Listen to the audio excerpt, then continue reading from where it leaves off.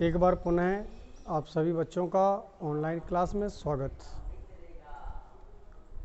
ध्यान दीजिएगा बच्चों, जैसा कि आपको पता ही है कि पिछले वीडियो में आप लोग प्राथमिक व्यवसाय के बारे में चर्चा कर रहे थे। प्राथमिक व्यवसाय में हम लोग एक पॉइंट पढ़ चुके थे, आखेट व्यवसाय। इससे पहले यदि चर्चा की जाए कि प्राथमिक व्यवसाय क्या होता है, आपने पिछले चैप्टर में भी इसके बारे में अध्ययन किया कि प्रकृति प्रदत्त संसाधनों जैसे भूमि, वन, खनिज, वनस्पति, मृदा आदि संसाधनों का मानव के द्वारा प्रत्यक्ष रूप से उपयोग करके जिन क्रियाओं को संपादित किया जाता है उन्हें प्राथमिक व्यवसाय के अंतर्गत रखते हैं। कहने का मतलब कि मानव की वे आर्थिक क्रियाएं जिनमें प्राकृतिक संसाधनों का प्रत्यक्ष रूप से विदोहन करके उपयोग किया जाता है, उसके अंतर्गत आखेट व्यवसाय, भोजन संग्रहण व्यवसाय, पशुपालन व्यवसाय, कृषि व्यवसाय, इसके अलावा लकड़ी काटना, मत्स्य पालन, अन्य क्रियाओं को शामिल किया जाता है। खनन व्यवसाय को या खनन क्रियाओं को भी हम प्राथमिक व्यवसाय के अंतर्गत ही रखते हैं। इनमें से आज अपना जो मुख्य टॉपिक है पशुपालन व्यवसाय के बारे में हम पढ़ने जा रहे हैं। देखिए बच्चों, जब मानव ने, मैंने आपको पहले भी बताया था कि जब मानव की इस पृथ्वी पर उत्पत्ति हुई थी उस समय वह अपनी आदिम अवस्था में था, केवल पूर्णतः प्रकृति पर ही निर्भर था और उस प्रकृति में, उस वातावरण में पाए जाने वाले जानवरों को मार करके, उनका शिकार करके अपने भोजन, वस्त्र और आवास की आवश्यकताओं को पूरा करता था। इसके अलावा वह उस वातावरण में पाए जाने वाले विभिन्न प्रकार के वनस्पति पादपों, जड़ी बूटियों, शहद, कंदमूल, फल, साग सब्जी, फूल, पत्तियां, छाल आदि को एकत्रित करता था और उस एकत्रित किए गए वस्तुओं से अपनी दैनिक जीवन की आवश्यकताओं को पूरा करता था।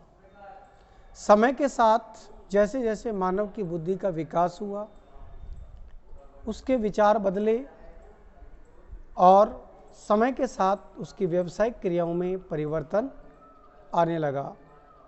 देखिए बच्चों, आखेट और भोजन संग्रहण पर निर्भर रहने वाले मानव ने जब यह महसूस किया कि लंबे समय तक आखेट और संग्रहण के द्वारा जीवन यापन नहीं किया जा सकता, इसलिए उसने उस वातावरण में पाए जाने वाले विभिन्न पशुओं को पालतू बनाया और उन पालतू पशुओं से वह चमड़ा, ऊन, मांस, दूध आदि प्राप्त करने लगा। इस प्रकार से संसार के विभिन्न क्षेत्रों में अलग अलग प्राकृतिक वातावरण में रहने वाले उस मनुष्य ने उस वातावरण के अनुसार पाए जाने वाले पशुओं के साथ उन्हें पालतू बना करके अपना ये पशुपालन व्यवसाय प्रारंभ किया। देखिए बच्चों,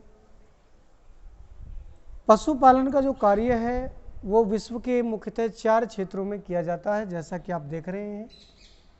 पहला आपका क्षेत्र आता है उष्ण कटिबंधीय घास के मैदान। दूसरा आपका आता है शीतोष्ण कटिबंधीय घास के मैदान। तीसरा आपका आता है मरुस्थलीय क्षेत्र और विश्व के प्रमुख पर्वतीय क्षेत्र। इन 4 क्षेत्रों में मुख्यतः पशुपालन व्यवसाय का कार्य भली भांति किया जाता है। सबसे पहले हम चर्चा करते हैं कि उष्णकटिबंधीय घास के मैदान। देखिए बच्चों, ये घास के विस्तृत क्षेत्र होते हैं जहाँ पशुओं के चारा और अन्य आवश्यकताओं की पूर्ति आसानी से हो जाती है।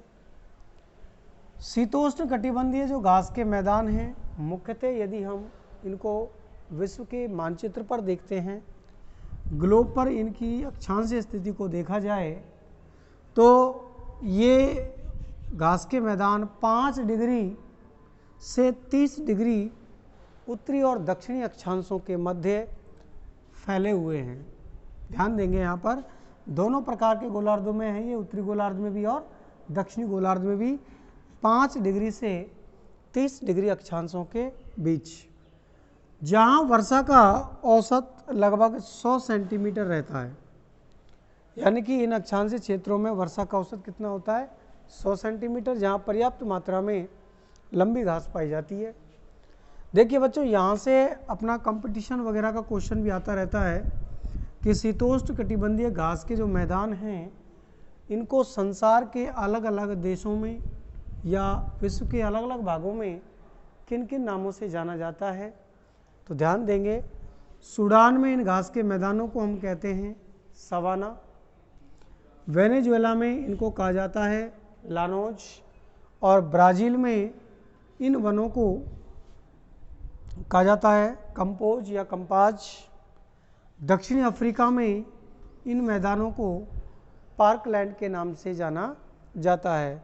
एक बार पुनः ध्यान देंगे, शीतोष्ण कटिबंधीय घास के मैदानों को सूडान में सवाना, वेनेजुएला में लानोज, ब्राज़ील में कंपोज और दक्षिणी अफ्रीका में पार्कलैंड के नाम से जाना जाता है। इसके बाद विश्व के दूसरे महत्वपूर्ण घास के मैदान, जहां पशुपालन व्यवसाय का कार्य भली भांति किया जाता है, ये घास के मैदान 30 डिग्री से 45 डिग्री अक्षांशों के बीच फैले हुए हैं। यहाँ वर्षा का औसत 50 सेंटीमीटर पाया जाता है। इन घास के मैदानों को भी संसार के अलग अलग देशों में या भागों में विभिन्न नामों से जाना जाता है। जैसे आप देख रहे हैं, रूस में इस प्रकार के मैदानों को स्टेपीज कहा जाता है। संयुक्त राज्य अमेरिका में इनको पंपाज कहा जाता है। ऑस्ट्रेलिया में इन मैदानों को डाउन्स कहा जाता है। इस प्रकार से ये दो महत्वपूर्ण घास के मैदान हैं, शीतोष्ण कटिबंधीय घास के मैदान और उष्ण कटिबंधीय घास के मैदान।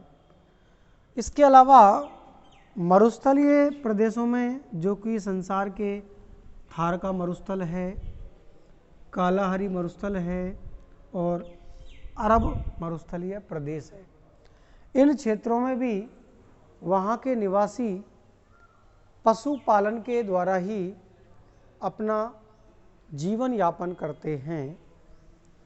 इसके अलावा पर्वतीय क्षेत्र, संसार के जितने भी पहाड़ी और पर्वतीय क्षेत्र हैं, इन भागों में भी पशुपालन का व्यवसाय किया जाता है।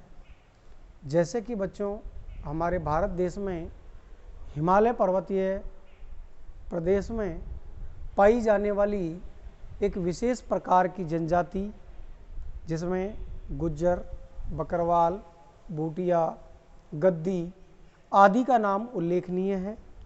इन लोगों के द्वारा इन पर्वतीय क्षेत्रों में मुख्यतः पशुपालन का कार्य किया जाता है। प्यारे बच्चों, मुख्यतः पशुपालन की अगर हम बात करते हैं तो पशुपालन का जो कार्य है, इसे दो भागों में बांटा गया है। एक होता है चलवासी पशुपालन व्यवसाय और एक होता है वाणिज्य पशुधन व्यवसाय। इस प्रकार से विश्व में पशुपालन का जो कार्य है, ये दो रूपों में होता है।